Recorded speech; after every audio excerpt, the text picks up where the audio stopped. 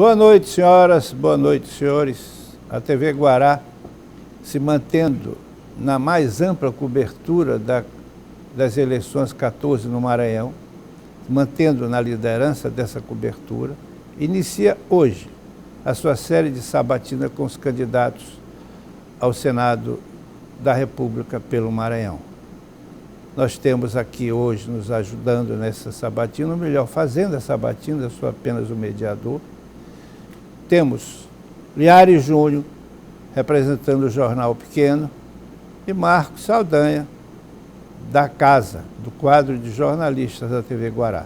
E o nosso candidato é o senhor candidato Marcos Silva, ao Senado.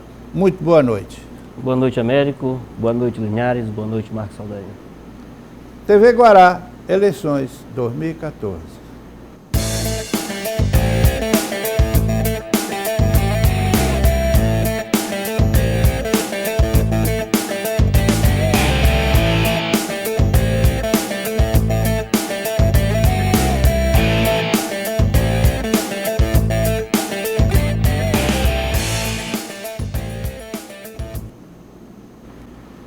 Candidato Marcos Silva, nós iniciamos agora a sabatina.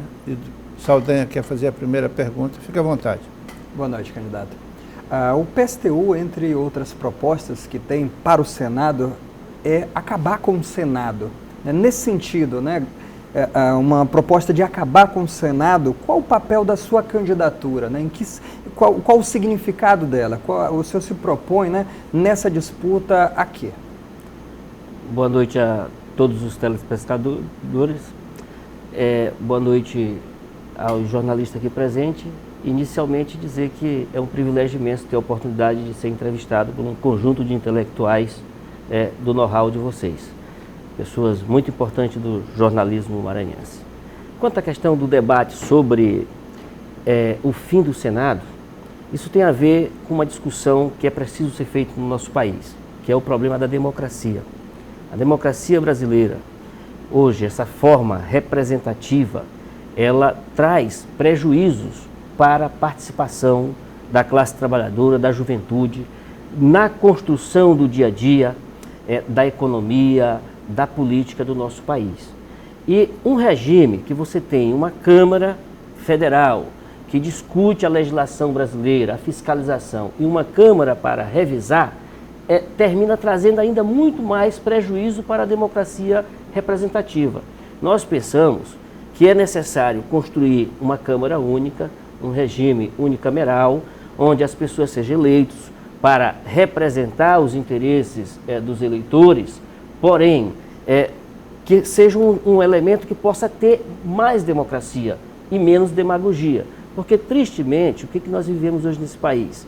Ao invés de a gente ter um processo onde todas as correntes políticas de pensamento possam estar em movimento para discutir o conjunto da política nacional, que inclui a economia, inclui as políticas públicas, as políticas sociais, nós temos uma demagogia onde aqueles que sempre dominaram a política brasileira continuam no controle, com maior tempo de televisão, com grandes volumes de dinheiro para financiamento de campanha.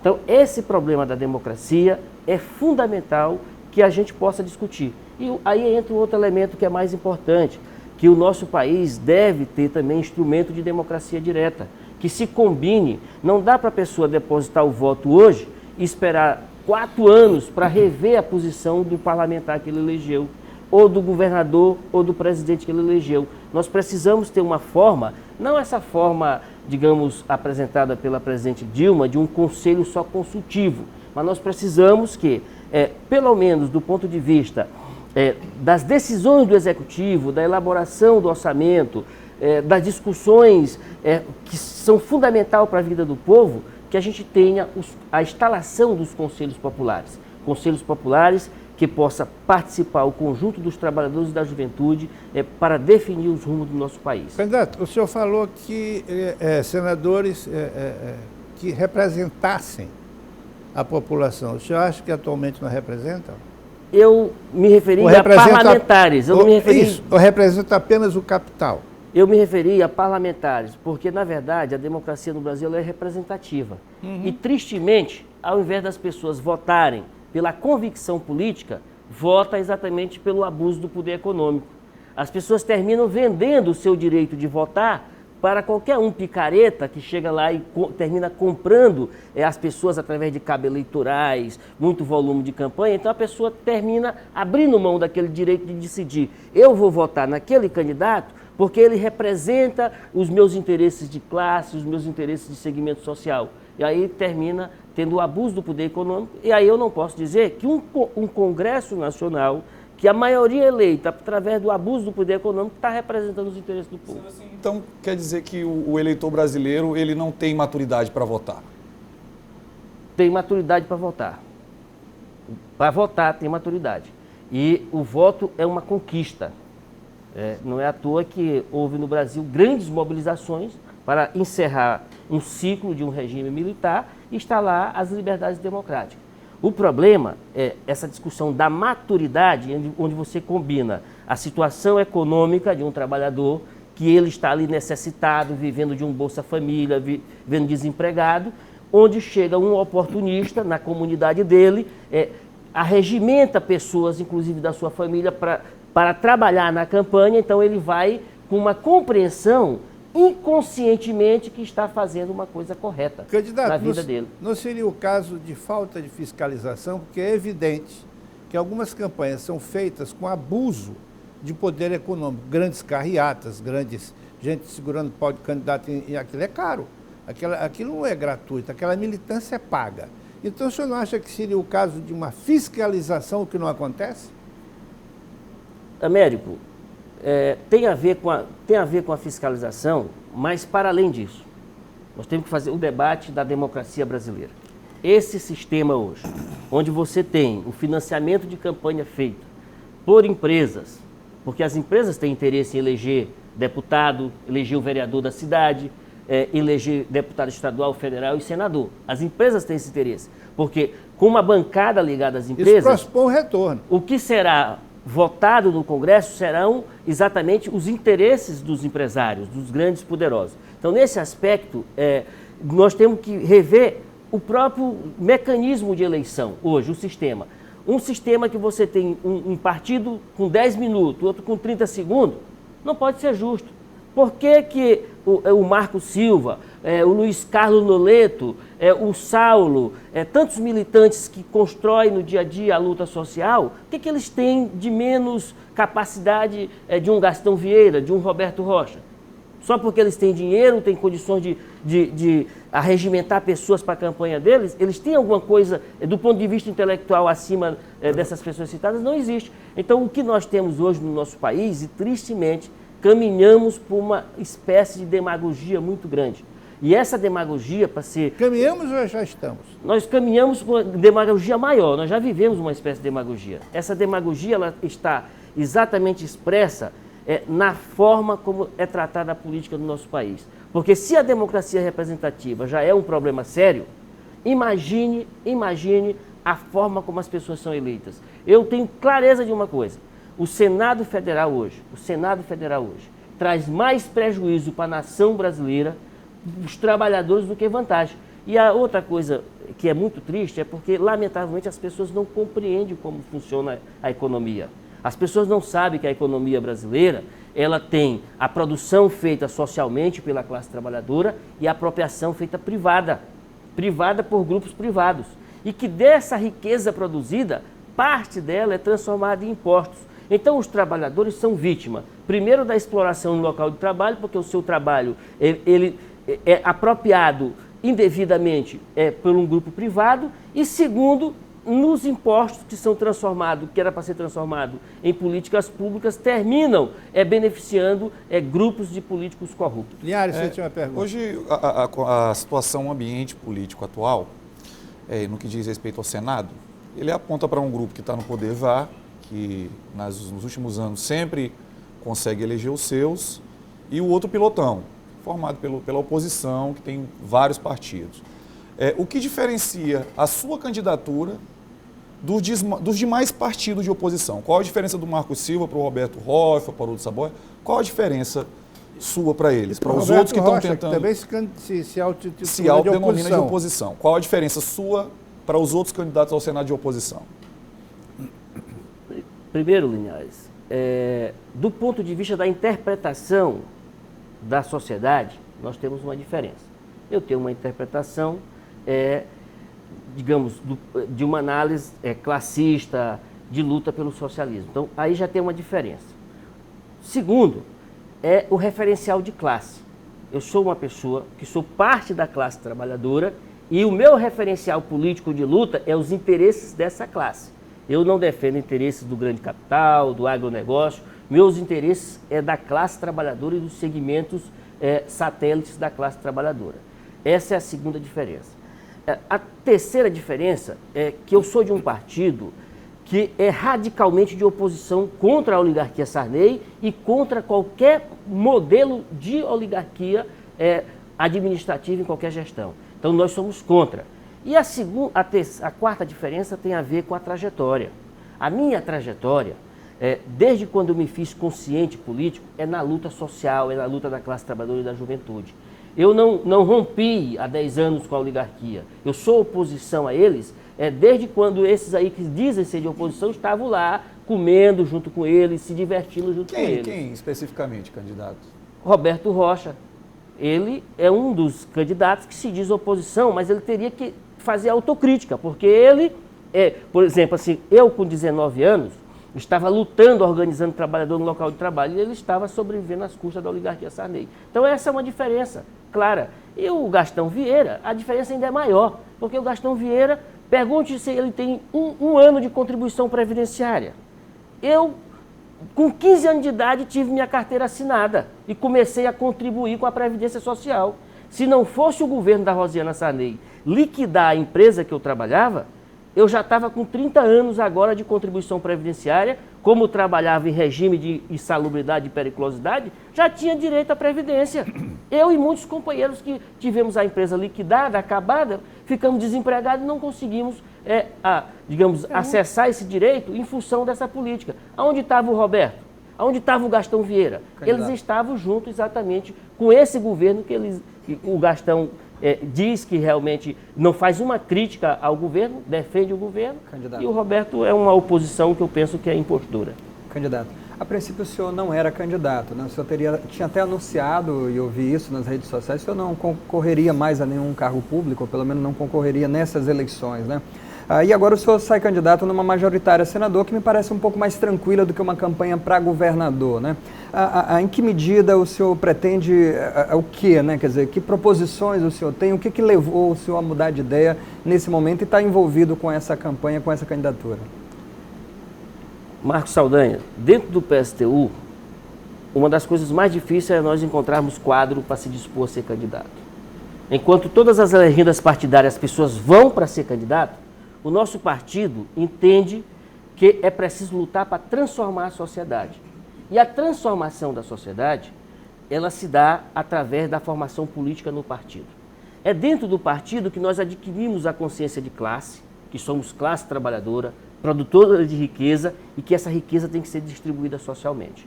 É dentro do partido que nós entendemos que o machismo tem que ser combatido, é dentro do partido que nós entendemos que o racismo tem que ser combatido e que qualquer prática homofóbica tem que ser combatida.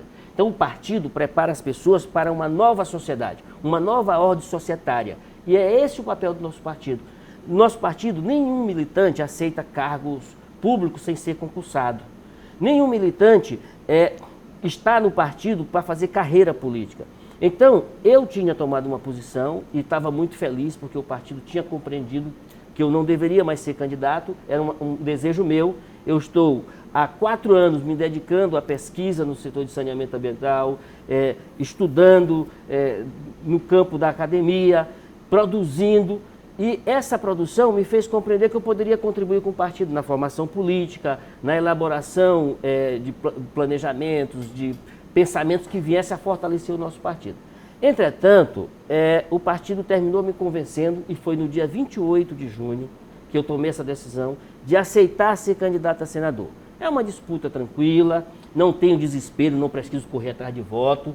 Vai votar no PSTU aquelas pessoas que têm compreensão de que está votando em um trabalhador e que esse trabalhador indo para o Senado vai representar os interesses da classe, não interesses particulares. Meus interesses particulares, eu vou à luta sozinho, eu consigo é através da minha capacidade profissional, não é através da política. Candidato, na hora que o senhor participa da campanha, o senhor não legitima essa eleição que o senhor diz que não é representativa, o senhor não legitima uma possível vitória de um outro candidato? Vamos supor que Gastão ganha a eleição. Uma suposição apenas. O Gastão, o Roberto Rocha, alguém que não seja o senhor. O senhor não acha que a sua participação legitima essa eleição? Eu tenho a impressão de que, e esse debate nós estamos fazendo dentro do partido, que o PSTU, ao participar do regime de liberdades democráticas, nós terminamos legitimando. E não tem nenhum problema legitimar. Por quê? Porque esse regime de liberdade democrática é fruto da luta do povo. Não foi dado pelo Figueiredo por favor ao povo, não foi dado pelo Sarney. O povo se mobilizou, foi à luta e conseguiu o regime de liberdade democrática. E no regime de liberdade democrática, nós, tendo condições de acessar a disputa política, não tem nenhum problema o PSTU apresentar candidato e legitimar. Agora, nós não vamos deixar de fazer crítica a um regime da qual candidatos disputam a eleição com orçamento de 30 milhões, 10 milhões e o PSTU um orçamento de candidato a senador de 5 mil reais. Nós temos que fazer crítica a essa situação. O espaço na televisão, na mídia, é muito inferior. Aqui no Maranhão, a única TV que tem tratado de forma igual os candidatos é a TV Guará. Mas a TV Guará, ela é uma única televisão dentro de um conjunto de televisões que são controladas por políticos. Candidatos, nós vamos encerrar nosso primeiro bloco aqui, que nosso tempo é um tempo pré-determinado. O senhor volta com o mesmo assunto logo depois dos nossos comerciais. Por favor, nossos comerciais.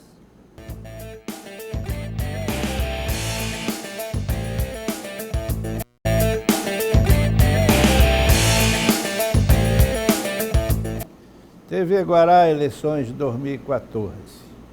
Continuando nossa sabatina com o candidato PSTU, Marco Silva. Você tinha uma pergunta? Isso. Saldanha, por favor. Pois não. O PSTU já fez vereadores em Belém e Natal, no Rio Grande do Norte, né?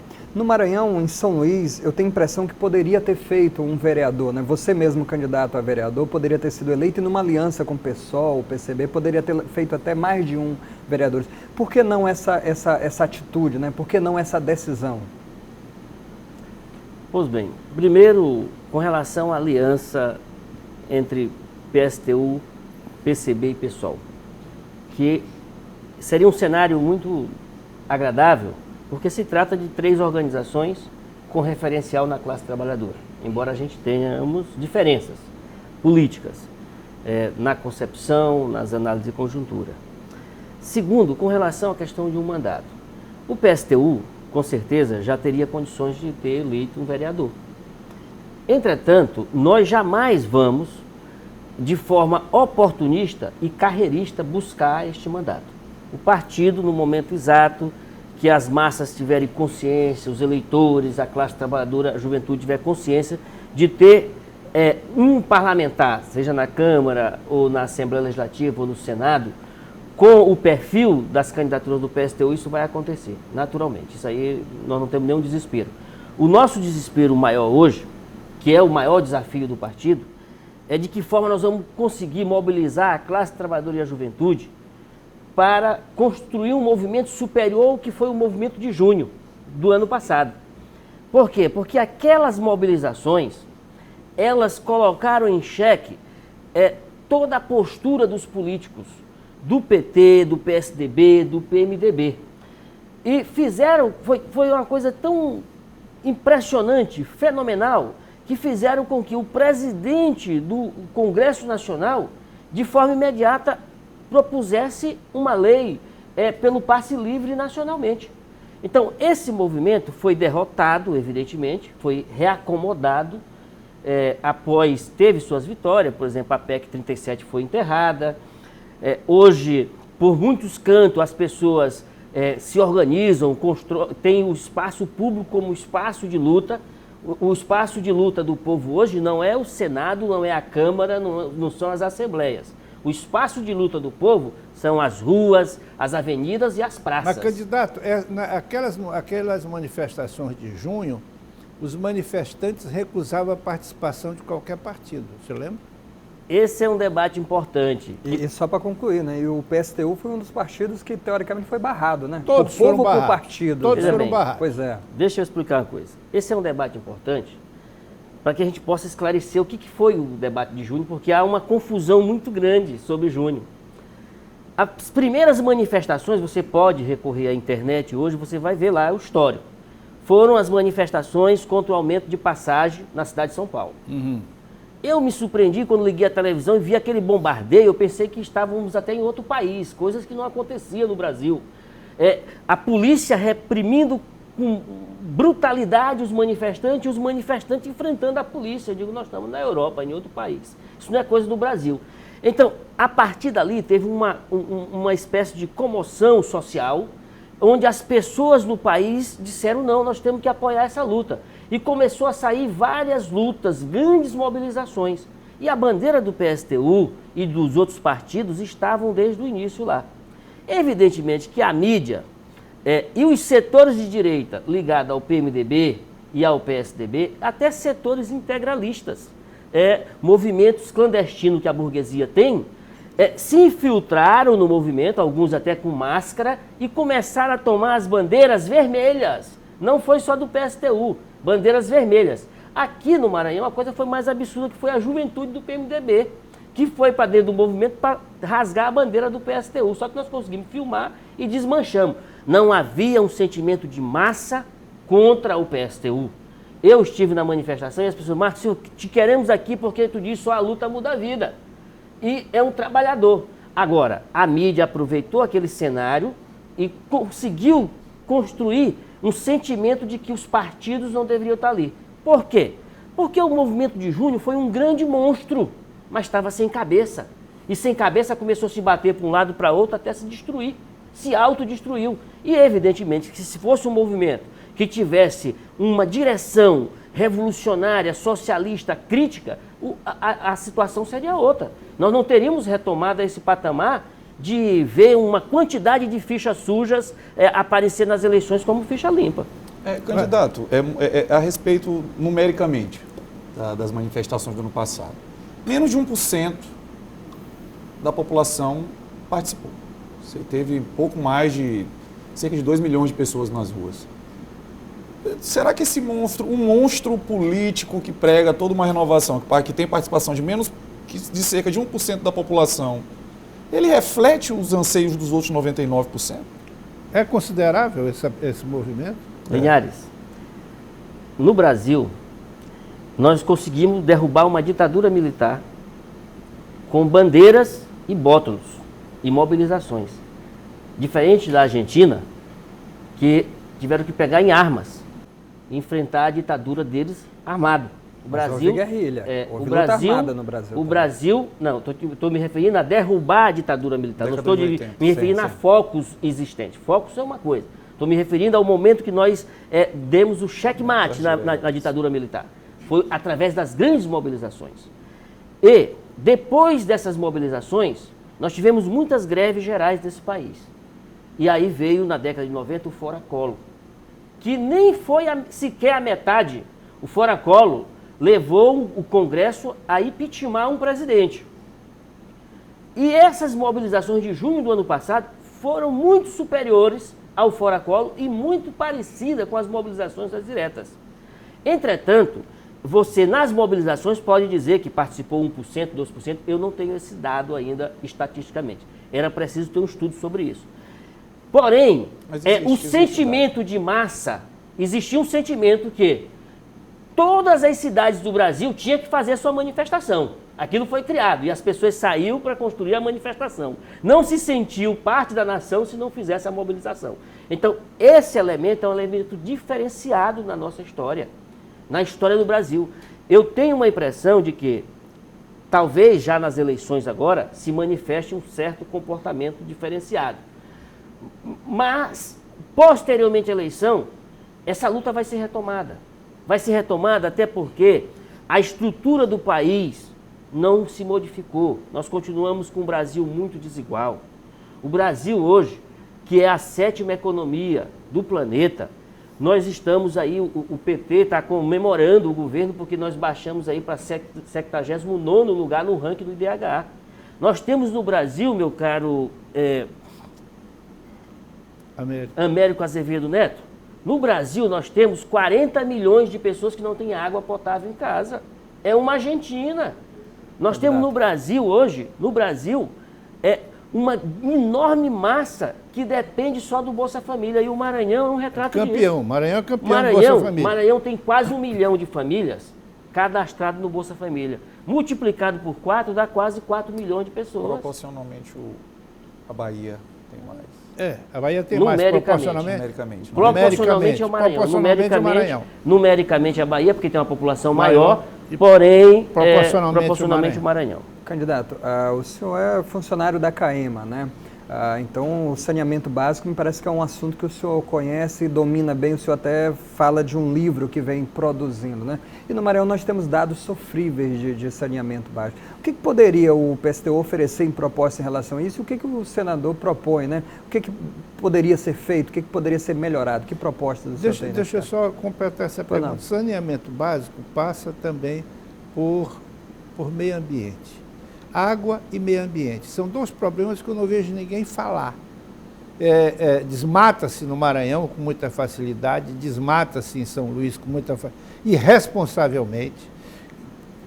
Condomínios são feitos sem nenhuma prévia de saber se pode ou não pode ser feito. E esse esgoto acaba na praia. Saneamento e meio ambiente, senador. Américo, Marcos de Linhares, eu estou há 6 anos estudando o saneamento ambiental e me dedicando à pesquisa. Isso me fez até a realizar um esforço imenso de ir para uma faculdade de serviço social, porque foi no serviço social que eu consegui os instrumentos científicos para qualificar mais a minha intervenção do ponto de vista da observação da pesquisa. A política de saneamento básico, que nós exigimos hoje, saneamento ambiental, não só básico, ela requer 4 atividades fundamentais. Primeiro, a questão do lixo, de fazer a coleta, retornar para a economia aquilo que é possível fazer o retorno e dar destino ambientalmente correto para aquilo que não é possível retornar para a economia. A segunda questão, a drenagem urbana. Preparar as cidades que tiveram seus rios degradados, seus córregos naturais, porque a água tem um ciclo. Ela sai do mar, se transforma em nuvem, em chuva, cai e vai compor os lençóis freáticos, os mananciais de superfície e subterrâneo. Então, e o retorno dela é para o mar. Ela tem que retornar para o mar. E esse ciclo oferece para a humanidade as condições de fazer um bom uso da água. Então, as cidades elas precisam ter uma política de drenagem que evite as enchentes, que evite que a água que caia limpa no território, no espaço terrestre, seja poluída. Então, isso tem que ter uma política de drenagem urbana. A terceira e a quarta questão tem a ver com 2 coisas. Com o fornecimento dessa água, a captação, a adução, o tratamento e a distribuição dela. A distribuição para que as pessoas possam usar a água para o seu alimento, para a sua higiene e para o seu lazer. E aí, a terceira, a quarta, que é a mais importante, que é a coleta e o tratamento do esgoto, que é a mais cara. Hoje, captar água, tratar e distribuir não é tão caro como você receber o esgoto, a água cedida, e fazer o processo de tratamento e devolver para o ambiente corretamente. Esse é um grande desafio que exige que as universidades façam investimentos em pesquisa, exige que os governos façam investimento nessa tarefa, para que a gente possa ter uma correção do problema ambiental. São Luís, você pega São Luís hoje, você tem vários sistemas de abastecimento de água. Tem o da CAEMA, tem o do vereador, tem o da associação, tem o da Alumar, tem o da Vale do Rio Doce. O nosso principal lençol freático é um lençol freático chamado Tibiri. que abastece hoje a Vale e a Alcoa. Esse lençol freático, ele está sendo salinizado, porque a quantidade de água retirada dele é superior à sua recomposição, porque está tendo o desmatamento. Se você desmata, você não recompõe o lençol freático. Então, nós vamos ter no futuro, ao invés de ter os lençóis freáticos, os nossos aquíferos subterrâneos, nós vamos ter cavernas de águas salgadas. O Rio Anil, para quem conhece, nós já tivemos aqui a Companhia das Águas do Rio Anil, por volta de 1850. E era do Rio Anil que a água vinha de suas fontes para a Praça Deodoro e distribuída na nossa cidade. O Rio Anil hoje é o quê? Água salgada e esgoto, porque faltou exatamente investimento. Nós temos uma política para isso que eu queria socializar com vocês. Nós pensamos que tem duas coisas a ser feitas. Primeiro, tem que ter um governador que tenha realmente compromisso em buscar a universalização do saneamento, discutindo com as prefeituras e assumindo compromisso. Compromisso de imediato do governo do estado com o abastecimento de água e com o tratamento de esgoto. Buscando corrigir hoje as distorções nas tarifas. A CAEMA, o pessoal fala que tem uma tarifa de água cara, mas em sítio novo é R$ 25,00 a tarifa. Para onde os municípios assumem o sistema de água, além de não ser eficiente, é mais caro. Vou denunciar aqui em primeira mão. No seu programa uma coisa. Fique à vontade. A irresponsabilidade de um prefeito chamado Gil Coutrin e esse prefeito Josemar de Passo do Lumiar, que simplesmente tiraram da CAEMA os serviços, estão entregando para uma empresa do Paraná, um sistema complexo de abastecimento de água e de tratamento de esgoto, porque com o Minha Casa Minha Vida, você tem várias estações de tratamento com tecnologia e fibra, que é muito problemático para operar. Os municípios hoje não conseguem dinheiro para tapar buraco das suas avenidas. Vai conseguir dinheiro para investir em abastecimento de água? Eu passei no Sítio Grande agora, recentemente, o colega disse, Marco, quando era na CAEMA que ainda pingava água, agora a água sumiu de vez. Porque é caro e nós temos que obrigar o Estado a investir, os municípios não têm condições. Aí eu finalizo a proposta, essa que nós queremos levar para discutir no Senado, que é a federalização do saneamento, do abastecimento de água, coleta e tratamento de esgoto. Por quê? A região sul já avançou na universalização. Eles têm muitos recursos. A Sabesp tem um lucro anual de mais de 2 bilhões, anual, mas eles não têm os recursos naturais. Nós já temos muitos recursos naturais e não temos investimento. Então é preciso que a gente acabe com essa fragmentação de município, do próprio governo federal que investe através da Codevasp e de outras instituições e os governos do estado, que a gente possa compor um grande sistema nacional com um operador único buscando investir na universalização da forma mais democrática possível no abastecimento de água, coleta e tratamento de esgoto.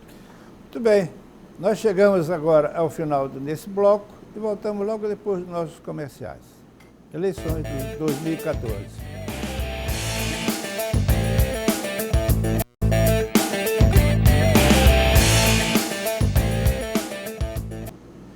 TV Guará, eleições 2014, sabatina hoje com o candidato PSTU, Marcos Silva. Mas sim, você quer a pergunta? Isso, candidato, começo desse ano, depois dessas manifestações, a reforma política voltou à pauta de uma maneira muito mais forte. A presidente Dilma colocou uma proposta a respeito de conselhos populares, que iam capilarizar todo o sistema governamental. Conselhos que teriam seus indicados por meio de partidos, ONGs, e que não iriam ser eleitos, iriam ser indicados por essas instituições. Foi acusado por alguns setores da imprensa que isso é golpe, porque você tira o Marcos Silva, que está disputando a eleição, o Roberto Rocha, o Flávio Dino, qualquer que seja o candidato, e substitui essa figura e dá o mesmo poder para uma pessoa que simplesmente foi indicada por algum sindicato. E eu percebi que alguns dos partidos da esquerda apoiam essa ideia. Qual a visão que o senhor tem? O senhor falou muito a respeito de um grupo que domina e aliena a população. Será que se esses conselhos vingarem, não é tirar da mão de um grupo e levar para a mão do outro, simplesmente? Linhares, a Constituição de 88, os movimentos sociais, a classe trabalhadora brasileira, através de suas organizações, conseguiu, a duras penas, instalar os conselhos representativos. Conselho da Saúde, Conselho da Educação. Na própria Constituição, hoje já existem muitos conselhos legalmente para ser executado. Evidentemente que eles são híbridos, eles são plurais de representação dos segmentos. Vou pegar aqui o SUS, Conselho do SUS. Você tem os trabalhadores da saúde, você tem os usuários e tem os empresários da saúde, o gestor da saúde, e no gestor eles colocam o município e os empresários. Eu sou de uma época que defendia que esse conselho teria que ter a maioria formada por usuário e a outra parte pelos trabalhadores e o gestor, e que empresário não deveria participar da gestão da saúde, porque eles são, digamos, uma saúde complementar. Eles são contratados, eles não são gestores. O gestor é o município. O que a presidente Dilma está tentando fazer junto com o PT, na verdade, é mais uma forma de agrupar o seu próprio povo. De juntar os sindicalistas ligados a ela, tal, para discutir o governo deles mesmos. Eu não vejo nem como golpe. É uma tática que eles têm de utilizar para consolidar as políticas do próprio governo do PT, junto com os seus aliados. O que nós defendemos... Logicamente, o PSTU não concorda com essa forma de conselho. Não, o que nós defendemos são os conselhos deliberativos. O que é que nós precisamos deliberar? Um conselho que possa deliberar sobre a saúde pública no Brasil, um conselho que possa deliberar sobre orçamento público, que possa deliberar sobre a educação no país, qual é a melhor forma de se construir a educação vertical e horizontal. Então, conselhos que realmente possa colocar em xeque essa demagogia dessa democracia representativa. Mas, candidato, aí é que vem o choque da questão. Você pega um deputado, um vereador eleito, substitui um deputado, vereador eleito pelo povo para colocar um representante indicado por uma classe que representa uma parcela muito pequena da população. Em contraponto, um eleito contra um indicado. Não tem tem uma coisa aí que não encaixa, candidato. Não diminui o Congresso? Não. O Linhares é um homem muito inteligente. Ele vai conseguir entender isso aqui que eu vou explicar para ele. A democracia representativa, instalada na Constituição brasileira, ela existe e possivelmente continuará a existir. Um prefeito, o governo do Estado, um governador do Estado e uma presidente deve ter o mecanismo de compor o seu governo. Como é que eles compõem o governo deles? É através do fisiologismo, distribuindo as pastas para os partidos aliados. Nossa concepção é que o governo do PSTU, o Saulo Arcângelo aqui, governador, ele vai chamar o conjunto dos trabalhadores do campo e da cidade, os intelectuais, aqueles que vivem da venda do seu trabalho, para discutir o governo. Discutir, por exemplo, quem vai ser o secretário de saúde do PSTU? Qual a política de saúde a ser aplicada no Maranhão? De quanto em quanto tempo se faz uma conferência da saúde para fazer balanço do que foi feito, do que deixou de ser feito e dos novos desafios? Isso seria respondido pelo Conselho? O Conselho tem essa tarefa. Nós pregamos, essa é a tarefa fundamental do Conselho. E como cria esse Conselho? Esse Conselho se cria. Hoje já tem mecanismo legal na Constituição. Sim. Porém, ele pode ser criado através de uma ação do próprio governo. Por exemplo, a Rosena criou um conselho para ela. Ela pegou um monte de ex-candidato dela, fez um grande conselho, a imprensa até denunciou que tinha uns aí que ganhavam 5 mil. Mas o senhor não estaria, de certa forma, emulando a forma que o senhor está criticando? Não, eu estou querendo construir um conselho diferente. O nosso pensamento é um conselho diferente. A Rosena construiu um conselho de aliados políticos, de pessoas que não tinham emprego e que precisavam de dinheiro público para sobreviver. Nós queremos um conselho dos trabalhadores do campo e da cidade, daqueles que trabalham e ralam, que sofrem para fazer o país funcionar, que produz a riqueza, para que eles tenham um tempo, um final de semana para dizer: o governo que eu penso é dessa forma, tenho direito, tenho a voz. Porque não basta ter uma democracia que a cada 2 anos a pessoa vote. Isso não é democracia, isso é demagogia. Isso faz com que surja as tiranias, as oligarquias. O povo tem que ter o desafio de dizer: eu não quero só votar, eu quero discutir a economia. Como é que eu vou ter uma economia que eu trabalho, produz a riqueza, os impostos, eu não posso discutir para onde vai. Mas, só para finalizar, só me permite, Fica à vontade, fica à vontade. Mas o senhor não acha que é meio A utópico? ideia é exatamente essa, mas debate. o senhor não acha que é meio... A ideia, ela, no CERN, ela é interessante. Você dá a oportunidade para 200 milhões de pessoas estarem discutindo todo final de semana sobre Não todos... seria 200 milhões, seria só aqueles hoje da economia ativa, que é bem menos. Isso, mas digamos, vamos diminuir. Quantos por cento o senhor acha que são dessa economia ativa hoje? Hoje gira em torno de 110 milhões de pessoas. 110 milhões de pessoas. No Brasil. Candidato, não é meio utópico a gente propor uma discussão em que 110 milhões de pessoas, democracia direta, já é difícil juntar aqueles 500 e pouco lá em Brasília. Imagina 110 milhões, candidato. Deixa eu te explicar, Linhares. Tem duas coisas. Tem a utopia, o sonho e o pesadelo. O pesadelo de continuar com um Congresso dominado por empresas e picaretas, atacando os trabalhadores e o povo, e o sonho de ver esse país exercer uma democracia. Eu, enquanto vida tiver, sou daqueles que lutam para transformar a sociedade.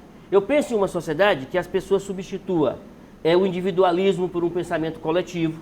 Eu penso em uma sociedade que as pessoas deixem de ser competitiva e passem a ser de colaboração, que a soma do conhecimento se traduza em valor para as pessoas. Eu penso em uma sociedade modesta, sem esnobismo, sem as pessoas estarem esnobando, ostentando riqueza. Eu penso nisso e luto por isso e acredito que é possível. Assim como é possível hoje você ter trabalhadores chamados nas assembleias de sindicato para discutir acordos coletivos, discutir política salarial para a categoria, é possível que os trabalhadores também tenham vontade de participar para discutir como deve funcionar a saúde, a educação, como deve ser distribuída a economia do seu país. Isso aí eu não tenho dúvida.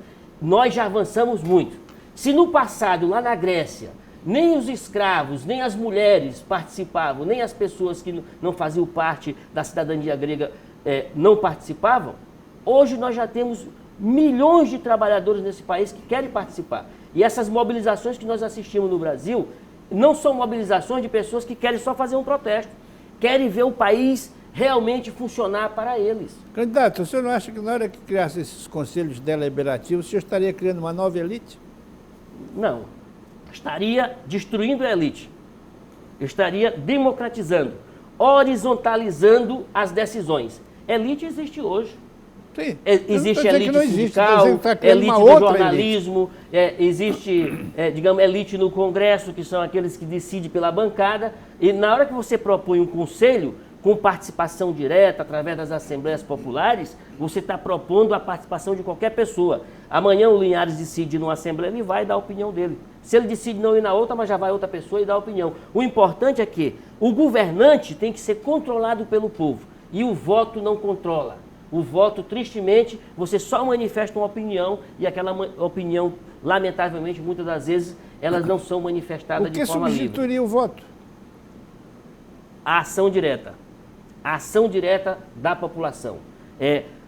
O posicionamento político, a opinião, que também se traduz em uma forma de votar. Seria uma ampliação da democracia. Você elimina a democracia representativa. Eu vou citar um exemplo aqui para você. Você acha que se a Rosena Sarney decidisse discutir com todos os usuários do abastecimento de água, o que fazer para melhorar o abastecimento de água do Maranhão? Os usuários iam dizer para ela, não, aumente a tarifa. Rosena Sarney, quando voltou, a partir de 2009, a tarifa média de água do Maranhão era 81 centavos. Hoje está mais de R$ 3,50. E ela não melhorou a vida dos trabalhadores da Caima. Ao contrário, piorou. E não melhorou a vida dos usuários. Então, em uma democracia direta, o povo iria dizer, nós queremos investimentos públicos para melhorar o abastecimento de água e não queremos aumento de tarifa. Ao contrário, queremos tarifas menores. Então, por que os governantes terminam sendo eleitos através do voto e terminam fazendo aquilo que o financiador manda? Em uma democracia direta, o povo aceitaria um aumento de passagem em São Luís? Em uma democracia direta, o povo iria aceitar que o pai do prefeito, para ser eleito, esbandalhasse o Fundeb e deixasse os professores em greve esse tempo todo? Iria aceitar que, de forma irresponsável, o pai do prefeito, o Edivaldo Holanda, certo? Juntamente com o tal de Everton Rocha e seu Pavão Filho, começasse a utilizar a estrutura da Secretaria de Educação, do Fundeb, que deveria servir para melhorar a qualidade dos professores direto, tivesse enxertando de associações comunitárias, aí, algumas que ninguém sabe nem se funciona, para que os professores tivessem 100 dias de greve. Nenhuma democracia direta isso não acontece. Nenhuma democracia direta você constrói quadros que ou sabe resolver as coisas ou não sabe. Quem iria aceitar que São Luís tivesse o Mauricinho prefeito dessa cidade? Uma pessoa que nunca trabalhou na vida. Agora eu pergunto o seguinte, veja bem, aí esses conselhos funcionariam assim, idealisticamente, de uma forma correta? Idealisticamente não, concretamente. Mas eu pergunto só o seguinte, quando um congresso desse, um congressista desse, um conselheiro desse, falhasse, são humanos, falhasse, tergiversasse, enfim, não, como seria a substituição imediata? Não, veja bem, os conselhos que nós propomos são conselhos abertos, livres, mobilização direta. Evidentemente que se eu chamo um conselho, eu chamo uma conferência da saúde. Vamos pegar esse tema que é um tema importante.